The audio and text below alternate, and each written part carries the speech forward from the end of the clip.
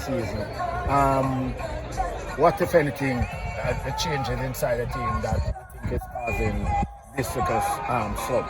Well, I wouldn't say there's any changes. You know, it's the nature of the game. You know, we have a long season. You know, the good thing about it, the nice performance within the last. I think we didn't play with enough aggression this afternoon. We had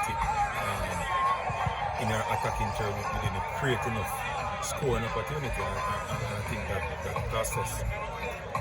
Looking ahead to, as I said, a long season, what if any adjustment you think you'll make along the line?